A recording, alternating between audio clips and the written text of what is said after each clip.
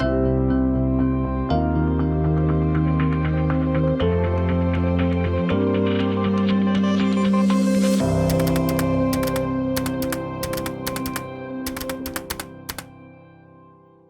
welcome, my friend. And Thank you. here we are again as we center our thoughts and our attention around, probably along with the passage in Matthew 1, probably the best known passage of the Christmas story, For the sure. birth of Jesus. But before I let you get to verse 7 and share your insights about verse 7, don't you see that this is often a foreshadowing of something that would happen later in Yeah. the life of Jesus? Yeah. You know, there's no room for them in the end. Interesting, them, not Yeah. just him, them.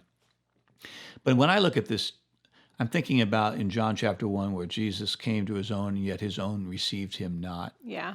The fact that I think the innkeeper gets a bad rap. There was probably a lot of people registering for the census in that time. But He probably was actually a really good guy. He's like, I wish I could give you a better room, but this is all I have left. right, whatever this is, right?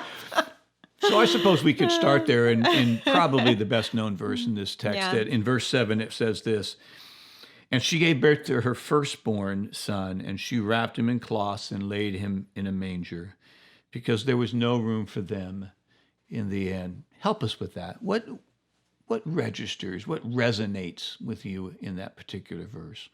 Well, I think a couple of things. You know, it's interesting. We're talking about her firstborn son and really also God's son, right? So we have this very special baby who came into the world nothing like anyone would have expected him to come, right?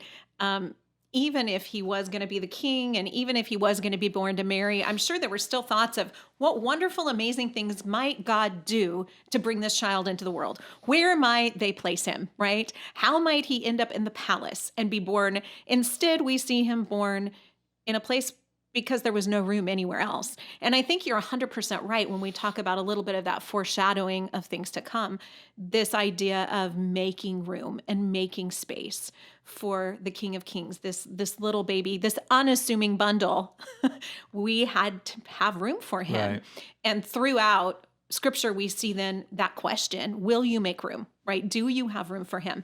Even the disciples, as they sign on to walk with him and live life with him, the question constantly is, are you going to forsake everything else and make room for what God's going to do in our life? You know, there is a book, and the author of the book, his name was Robert Munger, and he wrote a classic called My Heart, Christ's Home. It's a Very brilliant good. piece Yeah. of writing. Yeah. And in that, he, of course, likens my heart to a home with various rooms, the family room, the bedroom, the restroom, the dining room, whatever. And Right. the idea of that story, if you remember, is us inviting Jesus into every area of our life. Correct. Because as E. Stanley Jones once said, unless he's Lord of all, he's not Lord at Yeah. all.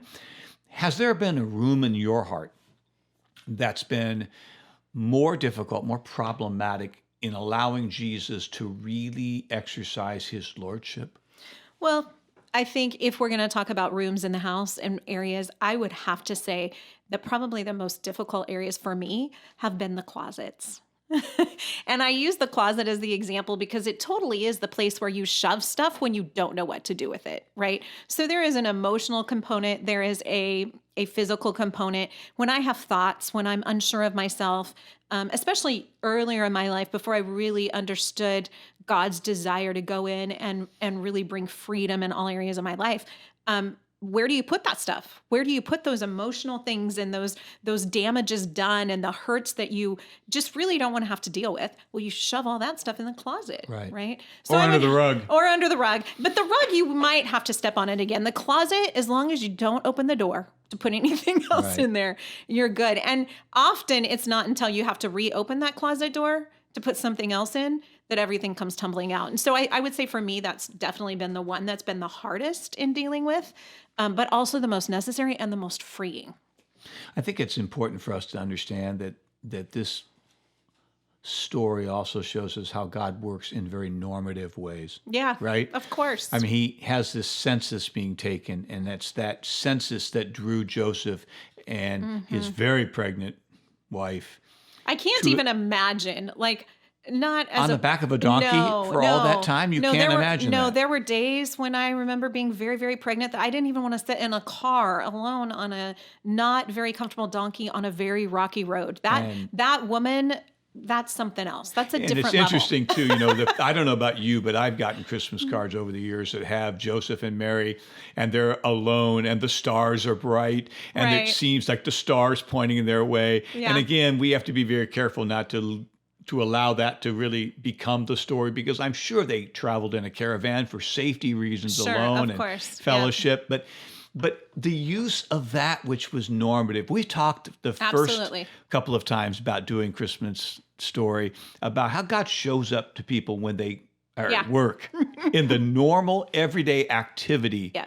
of their life, and he uses the senses, and it kind of leads that to reminding us of that great story. All history is Yep. his story. Yep. He uses the events of our lives to fulfill his purpose in us. So what was the significance of them being specifically in Bethlehem?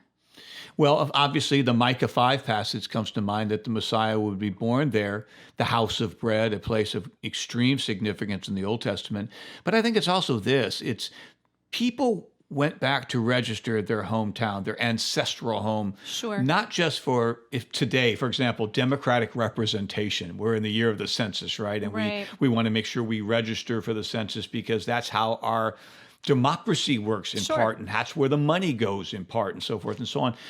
But it was also interesting that you went back for the purposes of being inscripted into the army. And here's this little boy, this Prince of Peace, being born in a town that his father, or perhaps many, many young men, would have registered. So, in the cause of being needed militarily Right. under the heavy hand of the Roman government. And here's this Prince of Peace born in that very Isn't that sacred interesting? place. And going back to, I think there is a significance there of going back to the ancestral home, which Joseph then is in the line of Right. David. Absolutely. Right. So we're also getting this nod back to this fulfillment that I haven't come just to start something brand new that's not attached to anything, but I've come through the line that God has set in place And all along the I'll way. be willing to suggest to you, my friend, that in that 70-mile trek on the back of a donkey, can you imagine the kind of conversations that they were having? Because they knew she was carrying the Christ child. Yeah, I would say a mouse in the corner, but they're traveling. So Or a fly on the wall, I and that's guess, not happening either. yeah, that's not going to work either. But to be whatever it is that you get to be, to travel along and hear those conversations, I would imagine both of their minds must have been wrapped up in so many thoughts and so many things of how do we raise the Son of God? Let's close this with this thought, though. I'm willing to suggest to you with great sense of confidence that Mary looked at Joseph and Joseph looked at Mary and said, "What is God doing?" And yet trusted him in that process. And no different than today. How Amen. often do we look at each other and say, what is God doing? And the answer is we just trust him in the process. Amen. That's good. We'll talk next time. All right.